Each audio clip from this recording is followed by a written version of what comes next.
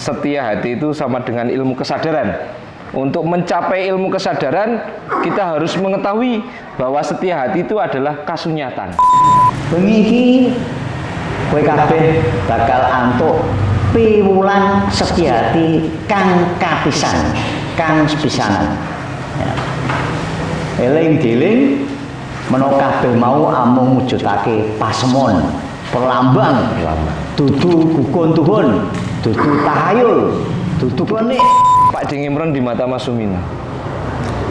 Pak Deng Imron dalam keyakinan saya memang beliau adalah salah satu orang yang membuat diri saya tercerahkan.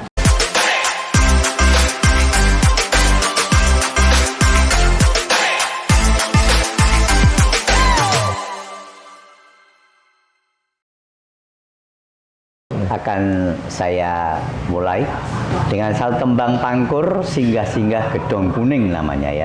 Pangkur singgah-singgah gedong kuning. Singgah-singgah kala singgah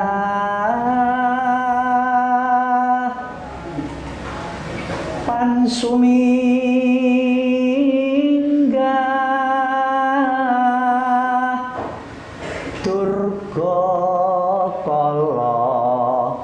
sumingkir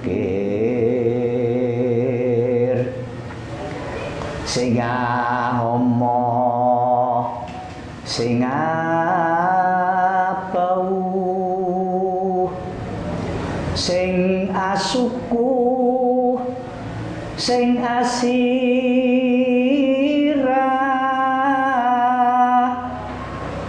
sing tenggak lawan kala sing abuntut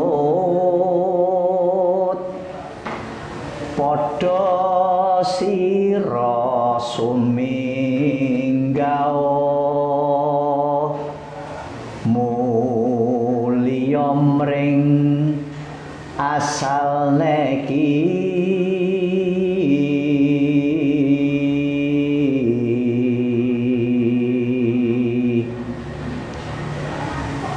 aja nggodha hang rencana apane ingsun ya sun jatining urip dumadiku saka henu heneng-heninging cipta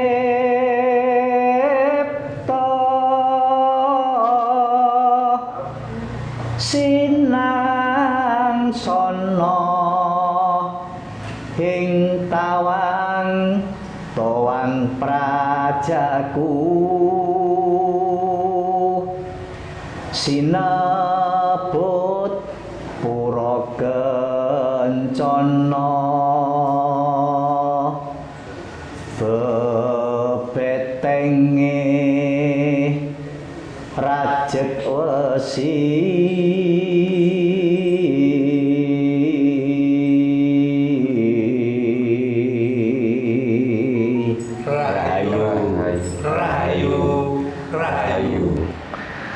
Oke, tepuk tangan sekali lagi buat Kang Mas Suminardo Nuraga. Beliau memang multi talenta ya, apa-apa iso itu, gendang, gamel dan semuanya termasuk nembang. Nah, nembang tadi mungkin ya bukan hanya sekedar syair yang dinyanyikan, mungkin ada arti terdalamnya, Mas. Iya. Monggo dijelaskan sekelumit saja sebelum kita mengenal tokoh kesayangan kita, yaitu Pak Deng Imron, gitu. Oke, para kadang, Pak Deng Imron Sawargi itu sangat senang sekali dengan tembang ini. saksinya Mas Edi Rus, Mas Sugeng. Setiap kita ketemu, Pak Budi juga di Yogiswaran, pasti beliau minta untuk saya nembang singgah-singgah. Itu memang salah satu tembang kesukaan dan merupakan ciri khas dari paguyuban Yogiswaran. Dan tembang itu memang bukan sekedar tembang, tapi tembang ini punya makna sebagai tolak balak adik-adik. Tolak balak tahu ya? Tolak balak itu adalah untuk menolak segala hal yang buruk. Sifatnya itu tolak balak. Kalau itu orang Jawa itu meyakini dengan keyakinannya, dengan tembang itu, ya mudah-mudahan kita dijauhkan dari balak atau dari bencana atau dari malapetaka atau hal-hal yang tidak kita inginkan. Itu singkatnya seperti itu. Jadi tembang ini adalah tembang tolak balak. Gitu. Malah lebih ke doa nih Mas. Doa Doa memang.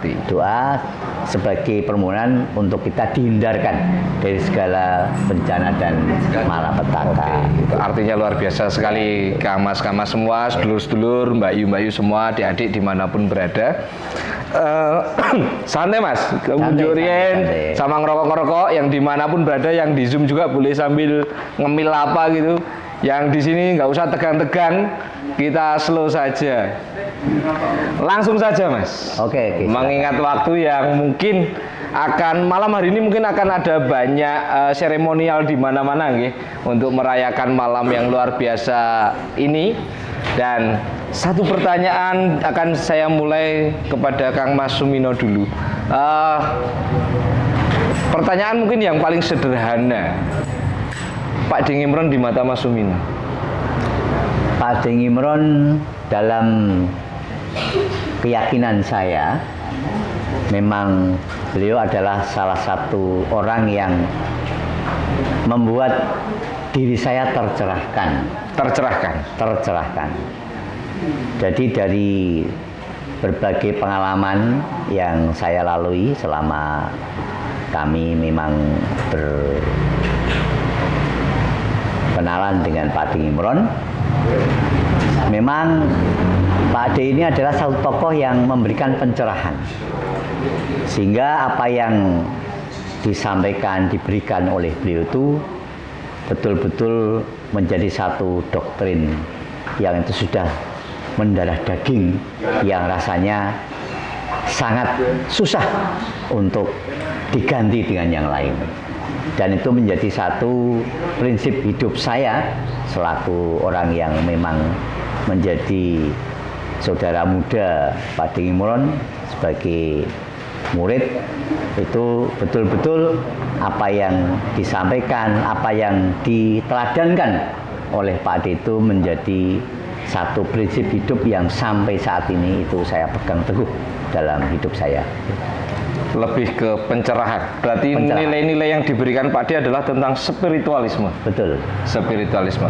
Hal yang sering didengungkan oleh para murid almarhum yaitu tentang spiritualisme, setia hati. Pak Ade sering ngendika bahwa setia hati itu sama dengan ilmu kesadaran. Untuk mencapai ilmu kesadaran, kita harus mengetahui bahwa setia hati itu adalah kasunyatan, lakuning urip. Nyun diterangkan Mas, karena banyak mungkin sebagian dari saudara-saudara dimanapun berada yang masih belum bisa memahami apa toh setia hati, kenapa harus setia hati sama dengan sadar, terus apa, kenapa harus melalui yang dinamakan ilmu kasunyatan, kesadaran itu apa, ilmu kasunyatan itu apa, dan setia hati sendiri menurut Pak D seberapa jauh yang sampai akhirnya menjadi akar di dalam hati panjenengan secara pribadi, ataupun adik-adiknya yang sampai saat ini masih ngugemi ilmu setia hati itu sendiri. Monggo Masku. Oke, terima kasih. Yang pertama, setia hati itu memang menciptakan ya manusia yang sadar, yang memiliki kesadaran dan memiliki kecerdasan spiritual. Ya.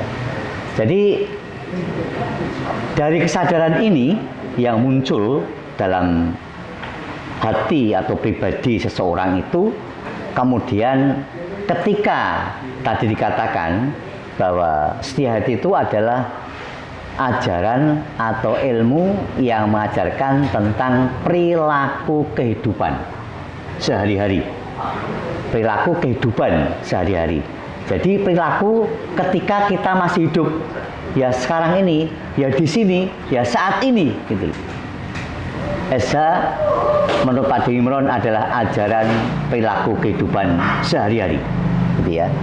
Dan perilaku itu didasari oleh sebuah kesadaran, bukan karena sesuatu yang lain, gitu. Apa yang mungkin dimaksud kasunyatan dudu gugon Tuhan. Betul. Nah, itu lanjutannya begitu. Lanjutannya. Ya, lanjutannya begitu.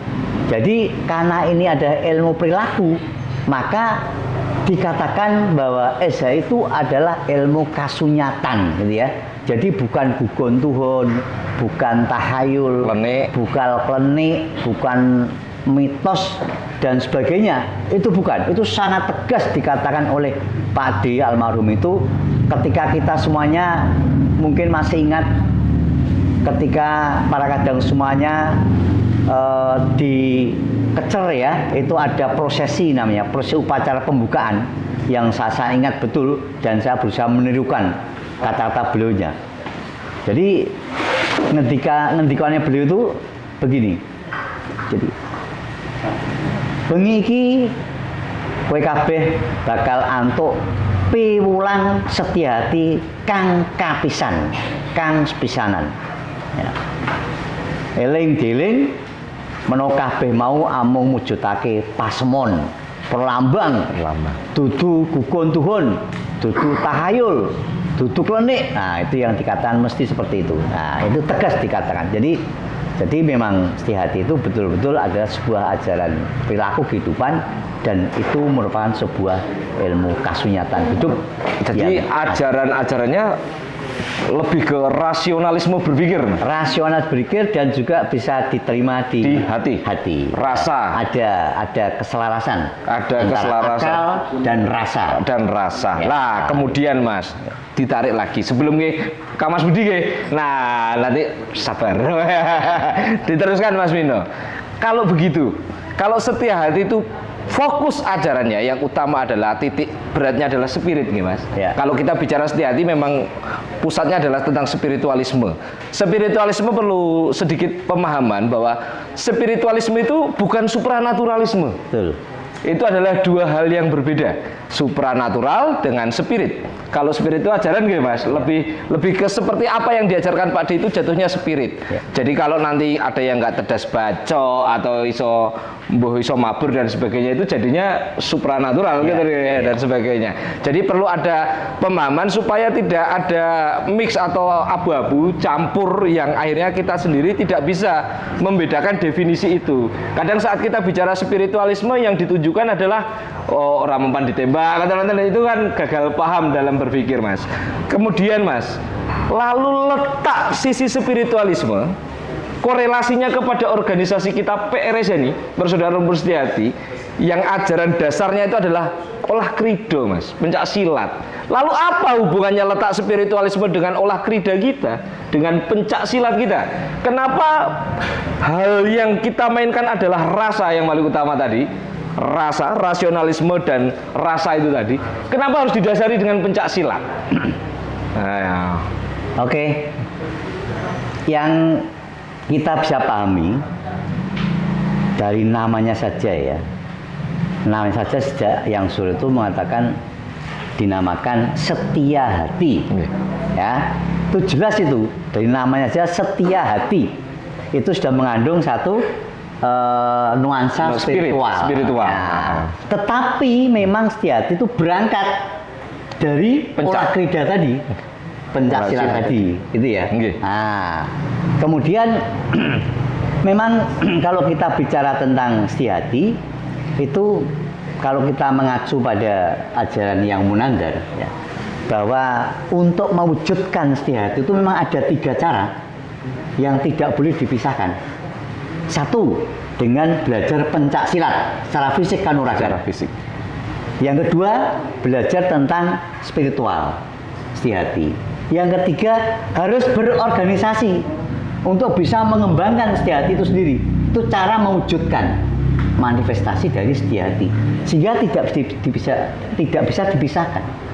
Kalau setia hati hanya bicara spirit, nah berarti bukan setia hati.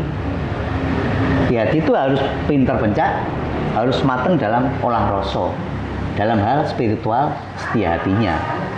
Dan 3 harus berorganisasi, karena dengan berorganisasi kita bisa mengembangkan, menyebarluaskan Ajaran. setia hati sendiri dan termasuk ajarannya itu. Ya, kembali kepada dasar utama figur kita, Mas. Ya, sosok Pak D. Ngimron yang biasa kita sebut sebagai ajarannya itu sebagai Ngimronisme gitu. Ya, dari semua penjelasan panjenengan tentang setia hati yang harus berorganisasi, setia hati yang harus memiliki dasar-dasar spirit dan semuanya, sudut pandang jenengan kepada almarhum Pak D. Ngimron sendiri yang dituangkan akhirnya menjadi persaudaraan rumpun setia hati ini, itu bagaimana, Mas? Ya, jadi memang ketika Peresia didirikan, itu tentu karena itu organisasi yang baru, sehingga semuanya itu harus punya perangkat-perangkat yang baru, yang berbeda dengan organisasi yang lain, itu kan? Itu yang jelas kan? Nah, kemudian inilah menjadi sebuah karakteristik Peresia atau ciri khas Peresia. Jadi ini berdasarkan dawuh beliaunya ya. Karakteristik Peresia itu bahwa pencak kita itu mengacu pada Pilang Bangu, PSC, Bapak Harjotomo. Kemudian spiritual kita Ngerambi. itu mengacu ke Ngerambi, ke Bapak Ki Munandar Harjoyoto. Ini dawuh loh ya. Ini dawuh beliaunya seperti itu. Nah, tentu dawuh ini didasari dengan historis yang ada. Historis yang ada. Nah, kemudian dari karakteristik setia hati ala Pak D. Ngimron ini, Peresia ini, tentu kemudian kita membuat sebuah kesepakatan kaitan dengan sanad keilmuan Peresia. Silsilah ya. Nah, ini memang kalau kita runut ya memang ketemu. Pak D. dawuh seperti itu memang kalau kita runut tuh ketemu. Karena yang mendirikan Peresia Pak D. Ngimron. Dan kalau sanad kita naiknya itu ke bahasan Joyo Adisuwarno gitu kan. Nah, bahasan itu naiknya ada kedua tokoh, Mbah Harjotomo sebagai guru pencak silatnya, kemudian Mbah Munandar sebagai guru spiritualnya, gitu ya. Kemudian kalau ditarik ke puncaknya, ya tentu saja yang Surodiwiryo, karena beliau adalah pemilik setia hati, pendiri setia hati, itu nyambung. Jadi karakteristik prestasi kalau kita kemudian tuangkan dalam sebuah sanad keilmuan itu nyambung. Dan itu kita yakini berdasarkan berbagai referensi dan juga dawuh beliaunya. Berkorelasi ya, Mas? Berkorelasi. Walaupun guru beliau ada banyak. Begitu. Pak D ini kan tokoh yang sangat cerdas. Kalau menjadi figur utama di kita itu kan bukan hanya mengambil beliau sebagai sosok sing hanya mung tua saja itu kan, hanya mung sepuh saja kan, tidak begitu gitu. Ya. Kalau beliau itu kan berawal dari tokoh ya akademik dan tokoh budaya, bahkan tokoh lintas agama dan kepercayaan. Jadi mencakup itu. Nah, untuk selanjutnya Mas, mungkin saya sedikit akan melemparkan ke Mas Budi sedikit. Nah, Mas Mino bisa disambung udutnya. Boleh, selalu saja. Yang lain mau minum nggak apa-apa. Mas Budi. Ya. Sedikit bertanya tentang Pak D dari sisi unsur kebudayaan. Baik. Ya, karena Mas Budi berangkat dari Paguyuban Yogiswaran. Ya. Gitu. Bisa diceritakan Mas, kenapa Paguyuban Yogiswaran ada di Persaudaraan Rumpun Setia Hati dan apa korelasinya Pak D. Ngimron dengan Paguyuban Yogiswaran dan Setia Hati?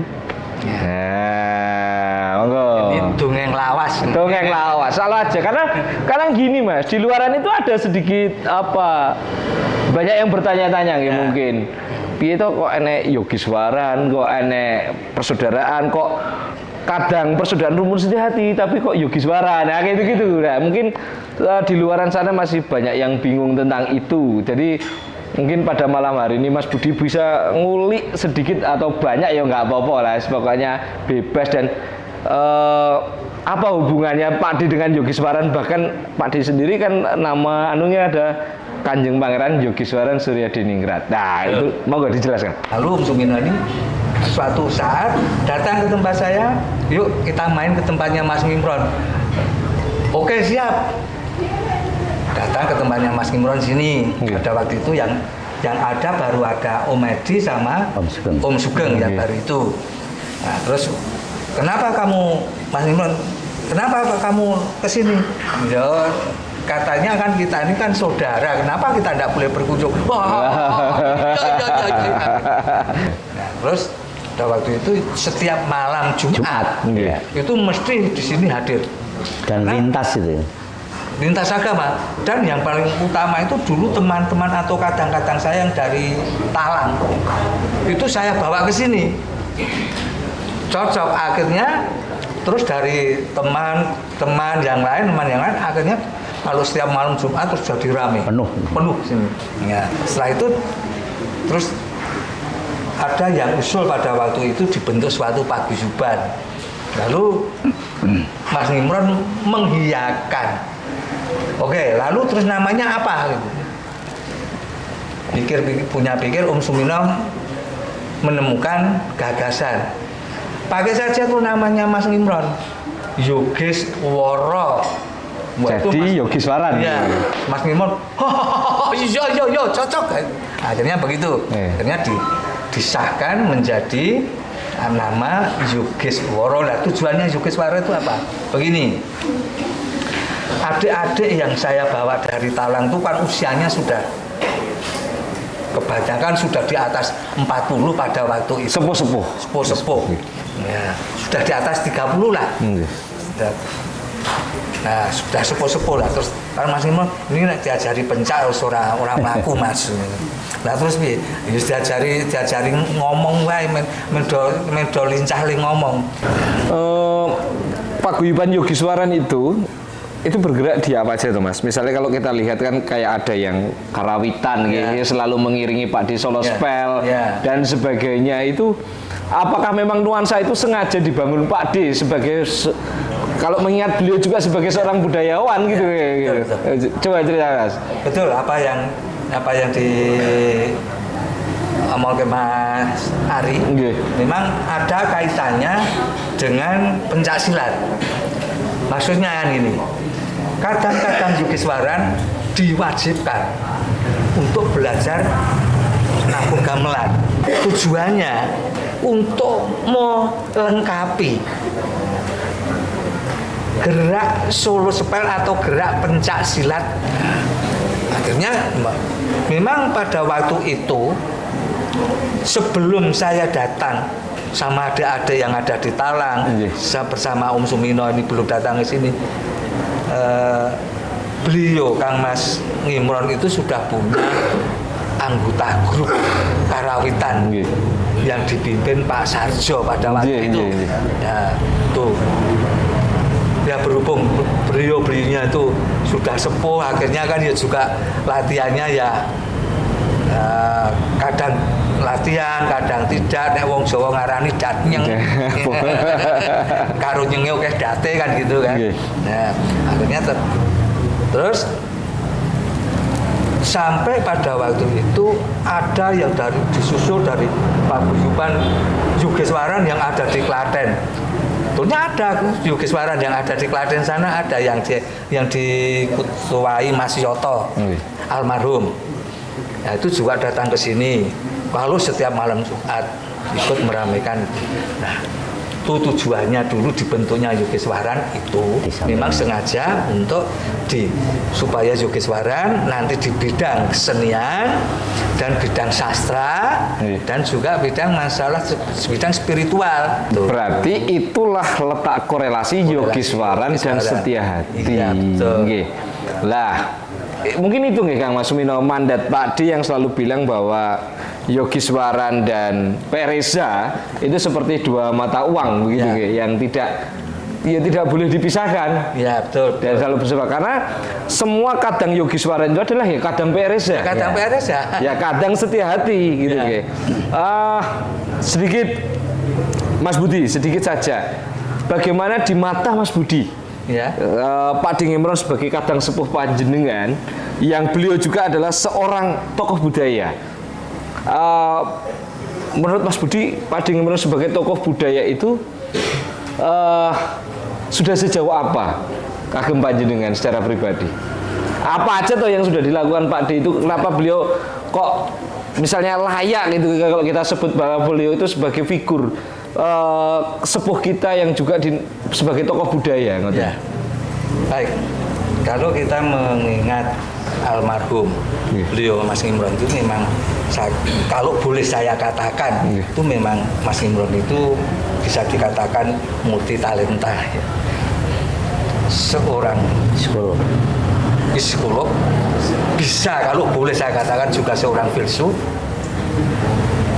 karena dia mendapat gelar kiai dari keraton, dan Mas Imron sendiri sudah berhaji. Itu terus dia tuh juga dosen sebagai betul yang dikatakan dosen psikolog itu ilmu kejiwaan. Dia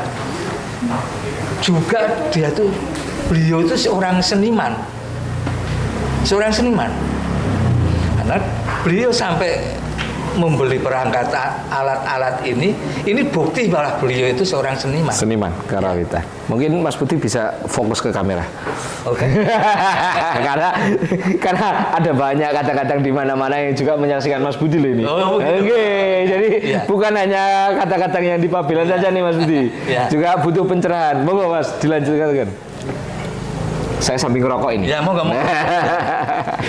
Itulah salah satu bukti bahwa beliau Mas Imron itu seorang seniman, dan beliau pun juga bisa saya katakan seorang sastrawan, karena beliau itu juga mencintai tentang sastra-sastra Jawa. Tuh, seperti kalau setiap ada apa kita membedah buku-buku kuno. Dan itu terus juga suruh saya membuat geguritan, suruh saya membuat tembang yang isinya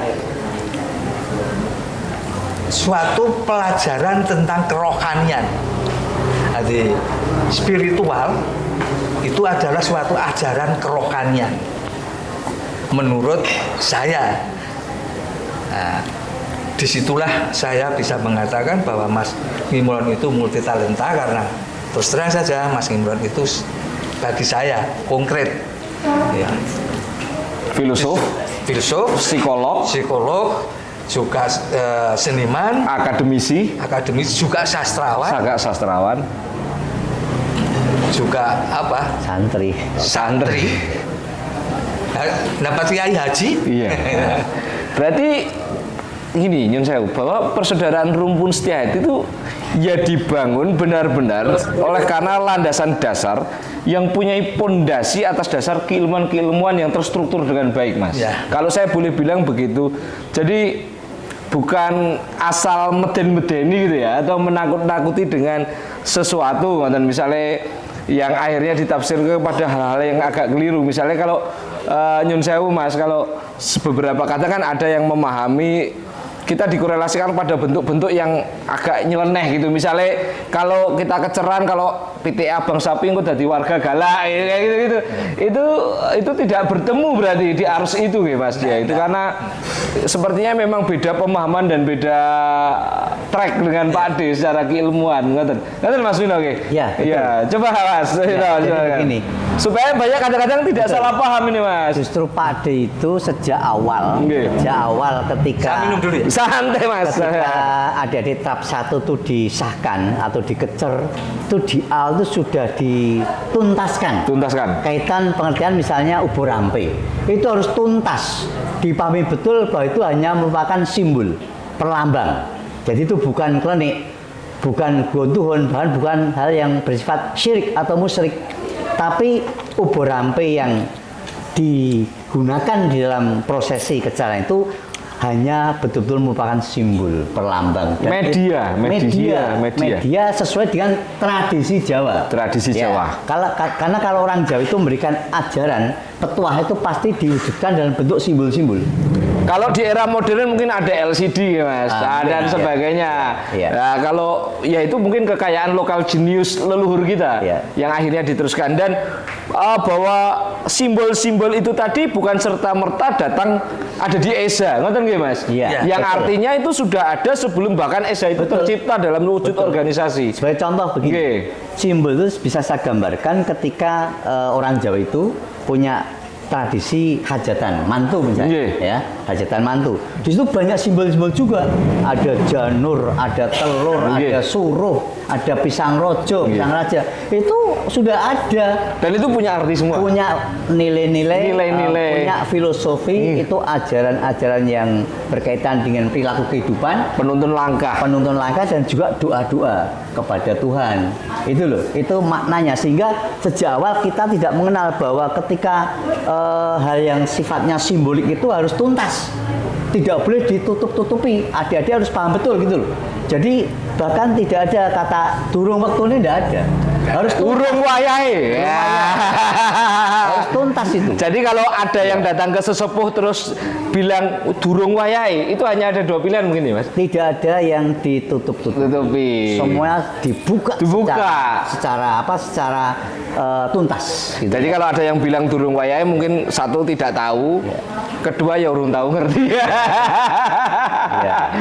Betul. Jadi memang keilmuan ESA itu tidak ada yang tabu sepertinya. Betul. Tidak ada yang tabu. Karena itu ajaran perilaku semua. Ajaran perilaku dan menjadi implementasi diri. Betul. Jika diimplementasikan akan menjadi hal-hal yang baik. Makanya yang Munandar itu pernah bilang bahwa ESA itu ya jalan hidup. Jalan hidup. Way of life gitu ya. Way of life. Bagi dalan. Makanya begini ya. Jadi mengapa ketika kongres kemarin itu saya itu mengusulkan kaitan dengan divisi kerohanian itu kita ganti dengan namanya divisi keesaan. Nah, ini maksudnya apa? Ini untuk memberikan satu ruang lingkup, ya, ruang lingkup yang lebih jelas gitu loh. Arahnya keesaan dengan kerohanian itu beda gitu loh. Beda. Kalau kerohanian mungkin tuh ruang lingkupnya lebih luas, bisa dibawa ke agama gitu. Sesuai yang dipeluk oleh yang masing-masing. Tapi kalau kita bicara keesaan, yaitu ya tuntunan universal gitu loh, dan tidak masuk ke ranah agama karena kita main di wilayah perilaku. Akhlak kalau bahasa agama. Kesadaran. Ya. Berarti persaudaraan Rumpun Setiati tidak dilandasi oleh dasar salah satu agama, Mas? Tidak. Kita universal. Jadi jelas ya bahwa persaudaraan Rumpun Setiati itu adalah universal. Jadi semua golongan, suku bangsa atau suku atau agama, kepercayaan atau apapun namanya itu yang berkaitan dengan nilai-nilai spirit bisa ada di dalam persaudaraan Rumpun Setiati. Di Yogeswaran pun juga begitu. Dan maka ada lintas agama, lintas budaya. Itu mungkin korelasinya dengan Pak D juga yang menjadi tokoh lintas agama, Mas. Ya, sejauh mana Mas yang jenengan ketahui Pak D sebagai tokoh lintas agama dan kepercayaan? Kalau mengingat teman-teman atau saudara-saudara Pak D itu ada yang biksu, bahkan guru beliau sendiri adalah seorang wasi, gitu kan. Bahkan guru beliau yang di Jogja itu adalah seorang Katolik, di sini adalah seorang wasi Hindu. Pak D sendiri adalah seorang kiai, gitu kan. Itu sangat majemuk sekali. Bahkan kalau kita lihat kultur Esa kita di sini, ini ada banyak suku juga seperti Mas Michael Waldo yang wong London yang seberang benua sana juga menjadi murid Pak D itu. Coba mau Mas dijelaskan Esa dari sudut pandang itu supaya tidak banyak kadang-kadang yang terjebak nanti malah di dalile kayak itu dan sebagainya katanya Mas. Iya. Pertanyaannya cukup berbobot. Iya. Yang nonton soalnya kadang-kadang kita sendiri Mas. Ya, kalau dilihat dari sudut pandang spiritual, ya, Mas Imron jelas. Arahnya sudah jelas. Cuma kalau saya melihat di mana-mana Mas Imron itu kalau dia itu ceramah itu selalu yang ceramahkan itu tentang spiritual yang arahnya menjurus tentang ke SHA, namun tidak ditransparasikan, masih karena ada kode etik yang tidak boleh dilanggar. Padahal yang saya memahami apa yang dijabarkan, yang diceramahkan oleh Mas Imron itu adalah tentang masalah ke SHA. Nah, saya memahami, oh kalau begitu SH itu sifatnya universal, sifatnya umum. Jadi yang namanya setia hati ini bukan milik organisasi, tapi ini ajaran tentang kemanusiaan, tentang kepribadian, tentang akhlak bagi semua manusia untuk mencapai manusia yang berbudi luhur. Itu selalu saya memahaminya begitu. Seringkali saya, Mas Imron sama Om Edi sama Om Sugeng sama Joko itu sering diajak mendatangi ke suatu sarasehan lintas agama. Pada waktu itu kalau nggak salah di sana di mana?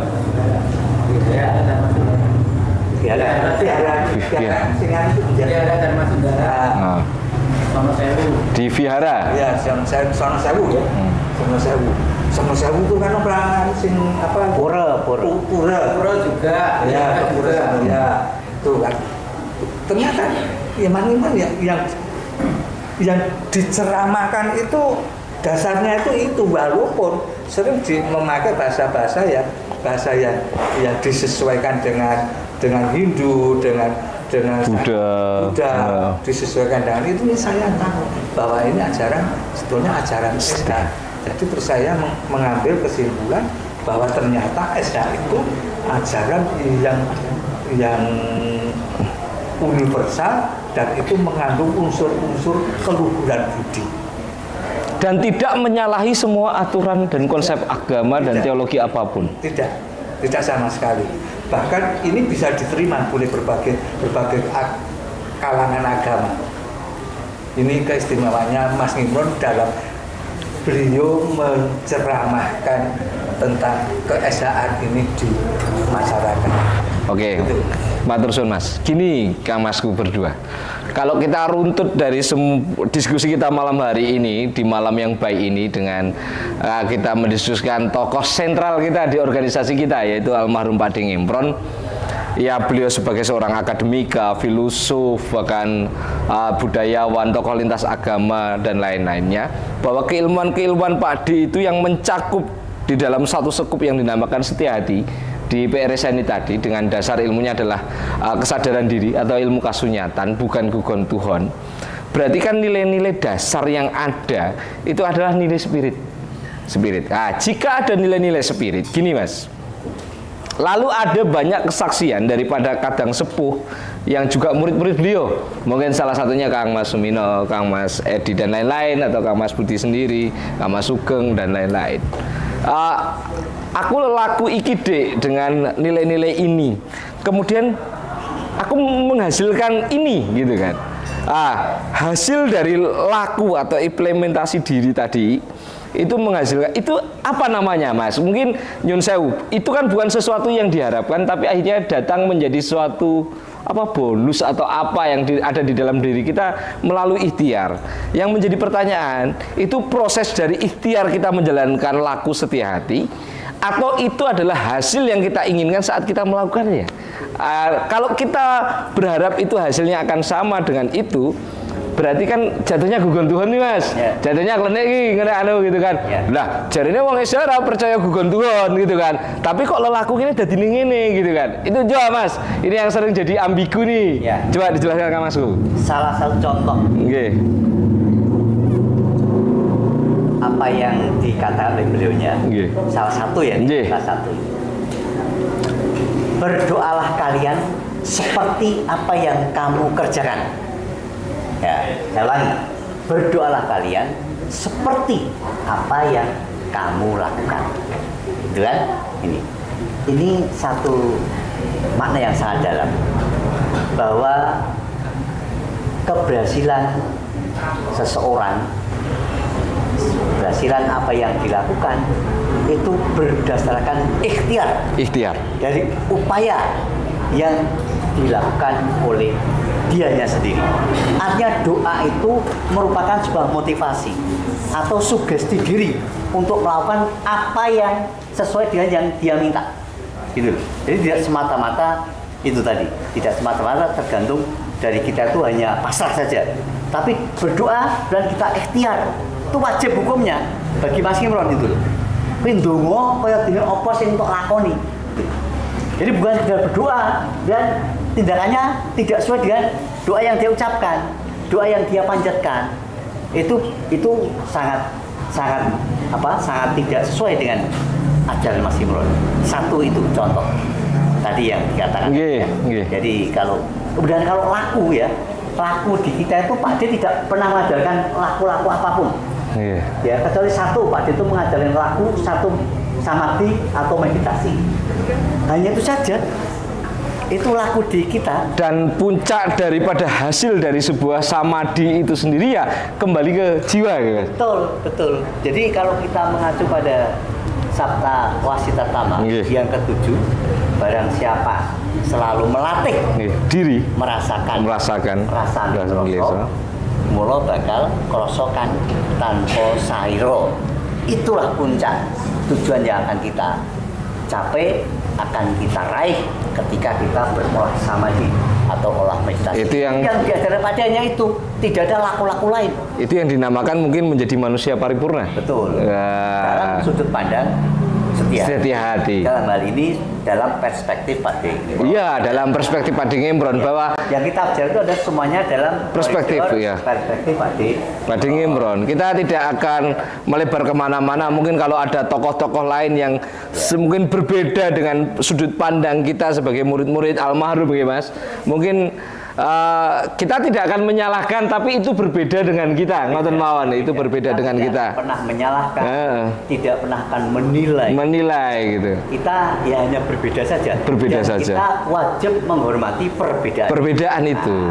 Tanggapan Mas tentang fenomena ini, tentang fenomena bahkan kita tidak usah keluar, tapi di dalam koridor organisasi, bagaimana tanggapan panjenengan secara pribadi kepada kadang setia hati? Nyun sewu dalam perspektif ini adalah mungkin yang merasa diri lebih dengan akhirnya membawa nama bahwa agak berseberangan nih dengan sudut pandang almarhum Pak D yang pemahaman tentang ilmu kesadaran, bukan semuanya adalah penjelasan atas jiwa ya Mas, atas kesadaran diri.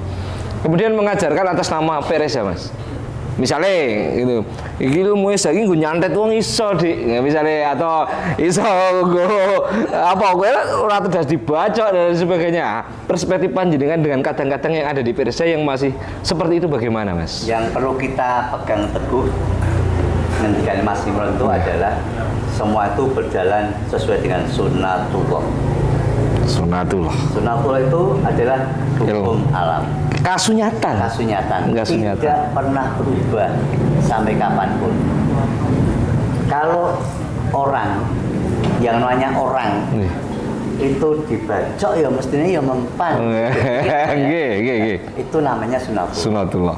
Tapi kalau dibaca orang mempan namanya ngoyoworo.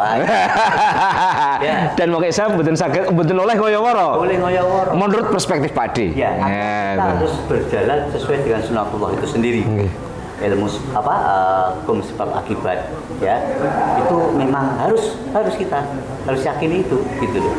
Kita berbuat sesuatu yang harus berdasarkan kaitan dengan sunnatullah itu, karena itu tidak akan pernah berubah. Sesuatu yang berlawanan dengan sunnatullah namanya ngoyoworo. Betul pasti ya? Itu ya. Makanya kadang-kadang sepuh di sini tidak ada yang ngoyoworo. Ada yang ngoyoworo. Kita nyata-nyata saja. Iya, yang realistis saja. Hukum alam tidak akan pernah berubah sampai kapanpun. Ya seperti itu. Jadi kadang PRSA itu tidak ada yang dibanggakan dari sisi hal-hal seperti itu, Mas ya. Tidak ada. Nek kadang PRSA ada yang nggak tedas dibaca, ada yang nggak bisa bisa nyandet dan sebagainya. Yaitu yang bagian dari kadang ngoyoworo itu tadi, Mas. Pastikan tidak ada. Ya, dan semoga tidak ada. Ya. Semoga tidak ada gitu. ingin dibaca ndak cerdas ya pakai baju rewok. Gitu guys. Jadi kalau kita bicara persaudaraan Rumpun Setiati, koridor utama kita, dasar utama kita yaitu guru kita bersama, yaitu almarhum Pak Ding Imron. Jadi kalau kita ngomongin organisasi persaudaraan Rumpun Setiati, berarti perspektif berpikir landasan dasarnya adalah landasan dasar berpikirnya Pak Ding Imron. Ya, begitu guys, Mas. betul. Jadi tidak boleh atau keluar dari koridor itu gitu guys. Jadi buat kadang-kadang dimanapun berada, ya silahkan nanti dicermati kembali apakah esaku iki wis sesuai dengan koridor atau pemahaman keilmuan yang mungkin Pak D inginkan gitu ya, yang Pak D lakukan, yang sudah menjadi contoh untuk kita dengan beliau yang ya kurang contoh kepiye ya, sangat sederhana dan semuanya ada di beliau gitu kan, dan semoga ya beliau ada di surga yang abadi bersama Tuhan gitu. Ya begini, jadi saya tegaskan lagi untuk para kadang semuanya yang malam ini hadir di Padepokan maupun yang mengikuti lewat Zoom meeting. Sekali lagi saya tegaskan bahwa kalau kalian ingin mencari sesuatu yang di luar hukum alam tadi, jangan mencari di PRS. Ya. Tepuk tangan, tepuk tangan, tepuk tangan. PRS itu mengajarkan perilaku kehidupan sehari-hari. Ya, dipekerti yang terpuji, menjadi orang yang bijaksana, jadi orang yang memiliki etika, ya, toto kromo, sopan santun, unggah-ungguh, itu di PRS seperti itu. Sehingga kita itu di dalam berinteraksi dengan orang lain kita bisa menjaga hati dan perasaan orang lain, sehingga rasanya nanti kita akan menemukan sebuah kenyamanan tanpa kita punya musuh, bahkan orang lain menjadi nyaman untuk pada kita. Untuk kita, walaupun kita bisa seperti ini loh ya. Nah, tapi kenapa kita harus punya seperti ini? Nah, yang dikatakan oleh Yang Munandar. Yeah. Jadi pandangan hidup Setiati itu begini adik-adik. Jadi gerak mubah molah insan Setiati itu di dalam meniadakan aral, rintangan atau gangguan ancaman dengan belajar pencak silat. Nah, jadi gunanya untuk meniadakan aral, rintangan, gangguan dan ancaman. Artinya untuk membela diri kita. Ya, jadi kita bisa pencak itu untuk membela diri kita ketika ada ancaman, ada gangguan dari pihak lain yang mengancam jiwa kita. Itu gunanya. Nah, gerak mubah molah insan Setiati untuk mencapai kebahagiaan lahir batin dengan belajar spiritual Setiati. Itu tegas dikatakan seperti itu. Mensana in corpore sano nek jare wong Latin. Betul. Ya, awake sehat, pikirnya sehat, esane mlaku.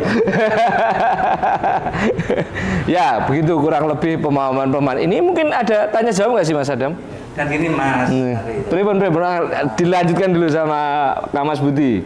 Pernah pesilat itu sesungguhnya kan dibentuknya sifat-sifat boleh sambil merokok loh Mas. Karakter kekasatriaan. Sikap satria. Sikap kesatriaan. Ketika beliau ngendika sifat kesatria, saya teringat dengan wejangan-wejangan para leluhur saya. Apa tadi yang dinamakan satria? 3 aspek dasar sifat kesatria. Ya, dijawake wani, gelem, nglakoni. Iya. Itu sifat kesatria. Sebab apa? Kesatria itu melindungi, mengayomi masyarakat atau umum. Itu. Kalau orang umum malah takut Mas, berarti bukan kesatria. Bukan kesatria. Sama Teni. Bukan takut. Bukan kesatria. Kesatria itu sifatnya adalah mengayomi masyarakat. Tuh. Wani gelem ngakoni. Nek kowe wis wani kudu bertanggung jawab. Berani bertanggung jawab. Berani menghadapi apapun yang kamu misalkan kehendaki atau kamu cita-citakan. Karena orang orang berjalan untuk meraih suatu cita-cita, mau tidak mau ada sedikit besar mesti ada gangguan. Itunya kamu tidak boleh mundur, kamu harus berani dan kamu harus mau menerima itu dengan ikhlas, dengan sadar, harus mau menerima itu. Wani gelem nglakoni, kudu dilakoni, harus dijalani. Ilmu, laku, tanemu. Tuh jadi tiga aspek dasar. Aspek dasar. Itu mungkin kalau kita lihat di terap-terapan nih ya. Kalau seperti tingkatan ya Mas, kalau di kita itu kan bertambah tingkat itu kan bukan bertambah sakti gitu. Kalau kita lihat Pak bilang itu S3 Trap itu Satrio, tingkat 2 atau TD Trap itu Satrio Pinandito gitu kan. Kalau tingkat 3 Pandito, berarti kan semakin kita belajar ilmu dengan tingkat-tingkat itu artinya justru kita semakin ke dalam gitu. Jadi kan karena perspektif orang itu kadang sering salah Mas. Aku tingkat loro kok sambung didik geledak misalnya kayak gitu. Itu kan udah salah tafsir tentang pemahaman tingkatan ngoten nggih Mas. Itu. Jadi trap itu kan seperti yang kita cantumkan mukadimah anggaran dasar kita. Ya. Kita mengenal bukan tingkatan tapi trap. Trap ya. Trap itu adalah menuju pada kesempurnaan, gitu ya. Jadi semakin tinggi trap berarti kita semakin menuju pada kesempurnaan hidup, gitu kan. Jadi itu pun sesuai dengan hukum alam. Sesuai dengan usia trap 1, trap 2, trap 3. Kemampuan fisik ya mungkin di situ ada di trap 1. Ya, 15 tahun sampai dengan umur 25 tahun. Nah, ini kan kalau porsinya itu kalau kita Satrio itu. Ya, satrianya itu ya fisiknya itu masih 80%. Ya loh. Kemudian panditonya 20%. Turun tekan. Satrio pindah itu. Ya, kita kan trap 2 itu semakin dia itu umur 40 ke atas kan fisiknya juga semakin lemah ya. Tetapi di situ kita berikan porsi keilmuan. Ya fisiknya masih 50 harus. Ya karena masih harus belajar jurus trap 2 yang ternyata itu juga tidak gampang, tidak ringan. Itu mengandung satu filosofi bahwa tingkat 2 itu juga tidak mudah dan semakin berat juga beban spiritualnya. Yang semakin bisa mengendapkan menjadi contoh teladan. Ya jadi fisiknya 50, spiritualnya 50. Nah, kalau naik ke trap 3 umurnya Pandito. sudah 50-60 ke atas, fisiknya udah ya tidak patuh, mungkin ya secara fisik juga sudah lemah toh. Tetapi di situ kita berikan porsi 80% itu spiritual, 20%-nya fisik. Sehingga itu sudah masuk dalam kategori pandita tadi. Jadi ini enek sing sambung trap 3 kali trap 1 terus trap 3 ning gledak itu bukan hal yang memalukan ya. itu orang langgar sunatullah itu. Kasus ya hukum alam itu.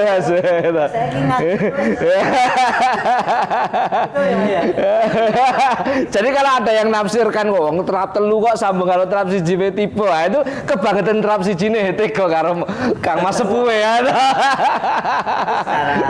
Secara keilmuan spiritual ya saya mateng gitu Mas. Kalau trap 3 lebih mapan. Akan memasuki itu usia-usia yang akan masuk ke dalam istilahnya menuju ke paraning dumati. Sudah enggak boleh koyo woro Mas. Dan sebenarnya sangkan paraning dumati. Wah itu nanti episode berikutnya Mas. Yang itu sudah nyelai paraning dumati. Sudah bisa melakukan jurus 36 trap 1. Sudah bisa membungkus semua keinginan untuk mempersiapkan diri masuk ke paraning dumati. Siap-siap kafan. Itu iya kan. Siap-siap kafan Mas.